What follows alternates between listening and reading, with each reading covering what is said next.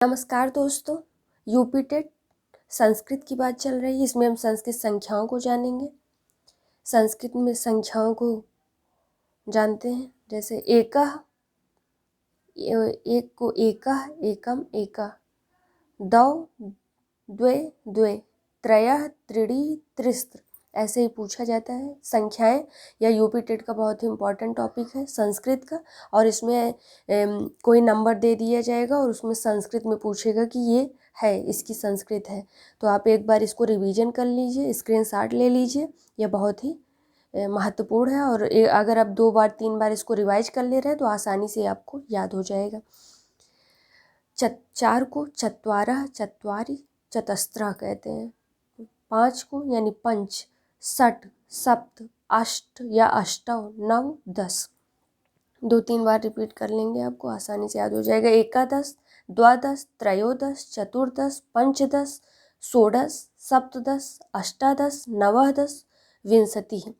फिर ये बहुत पूछा गया, विंशति मतलब 20। फिर 21 यानी एकविंशतिः, द्वाविंशतिः, त्रयोविंशतिः, चतुर्विंशतिः, पंचविंशतिः, षट्विंशतिः,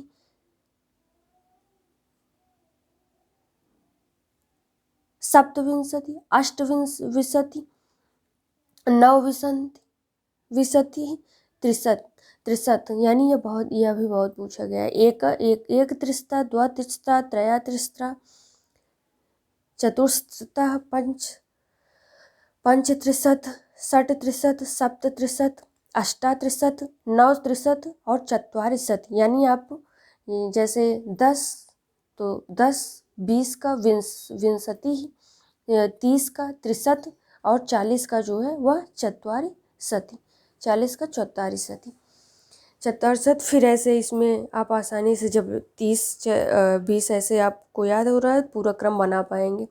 41 का एक चत्वारिशति, 42 का द्विचत्वारिशति, त्रिचत्वारिशति, चतुस्त्वारिशति, पंचचत्वारिशति, षट्चत्वारिशति, सप्तचत्वारिशति, अष्टचत्वारिशति, नवचत्वारिशति और 50 यानी 50। एक पंचादश, द्विपंचादश, त्रिपंचादश, चतुष्पंचादश, पंचपंचादश, षट्पंचादश, सप्तपंचादश, अष्टपंचादश, नवपंचादश और षष्ठी। यानी जैसे 60 का हुआ, 50 का आपने लिया, आपको याद है पंचादश, तो आसानी से ये याद हो जाएगा। फिर षष्ठी यानी 60, एक षष्ठी, द्विषष्ठी, त्रिषष्ठी, चतुष्षष्ठी, पंचषष्ठी, सप्तषष्ठी, अष्टषष्ठी, नवषष्ठी और सप्तति यानी 70। एक सप्तति, द्विसप्तति, त्रिसप्तति, चतुःसप्तति, पंचसप्तति, षट्सप्तति, सप्तसप्तति, अष्टसप्तति, नवसप्तति और अशीति। यानी ये 80 का बहुत पूछा गया है। अशीति, 80 को अशीति संस्कृत में कहा जाता है। फिर ऐसे 81, एकाशीति, त्रयाशीति, द्वैशीति, त्रैशीति, चतुर्शीति, पंचाशीति, षट्शीति, सप्ताशीति, अष्टाशीति, नवाशीति, नवतिः यानी 90। एकनवतिः, द्विनवतिः, त्रिनवतिः, चतुर्नवतिः, पंचनवतिः, षट्नवतिः, सप्तनवतिः, अष्टनवतिः, नवनवतिः या एकोनशत और शतम यानी 100। फिर 1000 का सहस्त्रम, 10,000 का आयुतम, 1 लाख का लक्षम, 10 लाख का न्यूतम या प्रयुतम, 1 करोड़ का कोटि, 10 करोड़ का 10 कोटि, 1 अरब का अर्बुदम, 10 अरब का दशार्बुदम, 1 खरब का खरवम, 10 खरब का 10 खरवम, 1 नील का नीलम, 10 नील, 10 नीलम, 1 पदम पद्मम, 10 पद्मम, 1 शंख शंखम, 10 शंखम, महाशंखम।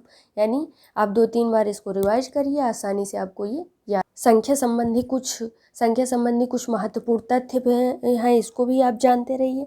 जैसे अभी हमने 1000 भी जाना, तो जैसे 101 है तो एकाधिकम शतम, 102 है द्वैधिकम शतम, त्रैधिकम शतम, चतुर्धिकम शतम, पंचाधिकम शतम। ये 105 का है। 200 पूछ लिए द्विशती, 300 का त्रिशती, 400 का चतुःशती, 500 का पंचशती, 600 का षट्शती और 700 का सप्तशती। यानी दुर्गा सप्तशती नवरात्र के समय जब पढ़ा जाता है तो उसमें कितने हैं? सप्तशती। और इसमें कुछ महत्वपूर्ण तथ्य हैं वो भी जान लेते हैं। त्रि यानी 3 से लेके अष्टादशन जो 18 तक की सभी शब्दों के रूप केवल बहुवचन में चलते हैं। तो आपको आसानी से ये भी याद हो गया कि जो इसके रूप है वो किस में चलेंगे, बहुवचन में चलेंगे। 3 से लेके अष्टादशन तक, त्रि से अष्टादशन तक। बात करें तो एकोनविंशति यानी 19 से नवनिवति यानी 99 तक सभी शब्द एक वचन यानी एक वचन और स्त्रीलिंग है। आपने आसानी से जान लिया कि 3 से लेकर 18 तक सभी वस्तु केवल बहुवचन में चलते हैं, और जो 19 से लेकर 99 तक सभी क्या है, एक वचन है और स्त्रीलिंग है। ये बहुवचन थे, ये स्त्रीलिंग है, एक वचन है। इनके रूप हमेशा एक वचन में ही चलेंगे यानी 19 से 99 तक। इकारांत यानी इकारांत विसति षष्ठी सब यानी इकारांत विसति, इसमें बचा कौन सा था, यानी षष्ठी सप्तति अशीति यानी हमने 80 90 90 जिन पदों के अंत में ये पद आए यानी इकारांत विसंत षष्ठी सप्तति अशीति 90 जिन पदों के अंत में ये पद आए उनके रूप मत के रूप यानी मत के समान चलेंगे। तकारांत यानी त्रिशत चत्वारिशत पंचाशत आदि शब्दों के रूप सरित के समान चलेंगे।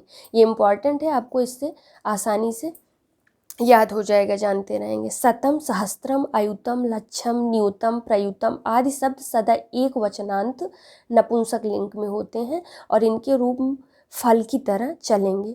यानी इससे हमको रूप भी पता चल गया कि कौन सा नपुंसक लिंग में आएगा, कौन सा एक वचन में आएगा, कौन स्त्रीलिंग में रहेगा। तो ये जो कुछ महत्वपूर्ण तथ्य हैं, 5 महत्वपूर्ण तथ्य हैं, इसको क्रम से आप याद कर लीजिए। धन्यवाद।